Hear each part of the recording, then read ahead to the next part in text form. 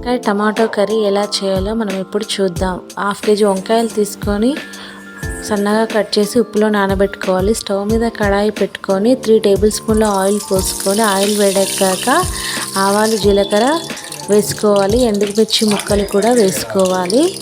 ఇది కొంచెం వేగాక ఉల్లిపాయ ముక్కలు వేసుకోవాలి. పచ్చిమిర్చి ముక్కలు వేసుకోవాలి.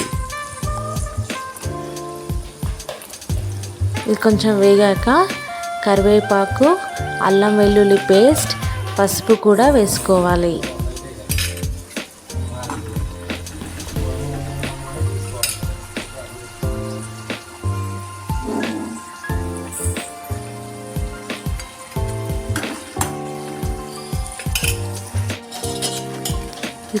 పూర్తిగా ఫ్రై అయ్యాక వంకాయ ముక్కలు వేసుకోవాలి. వంకాయ ముక్కలతో పాటు టమాటా ముక్కలు కూడా వేసుకోవాలి. అప్పుడే కూర చాలా టేస్టీగా వస్తుందండి.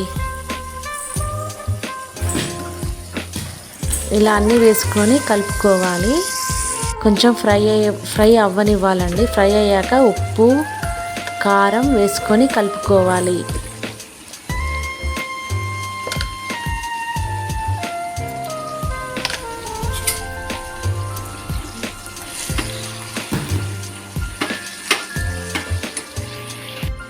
ఇది ఉడకడానికి కొద్దిగా వాటర్ వేసుకొని కలుపుకోవాలి.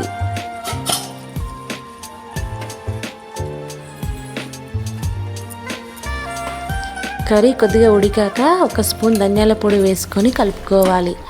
అంతే అండి, ఎంతో రుచికరమైన వంకాయ టమాటో కర్రీ రెడీ అయింది. మీరు కూడా ట్రై చేయండి, చాలా బాగుంటుంది.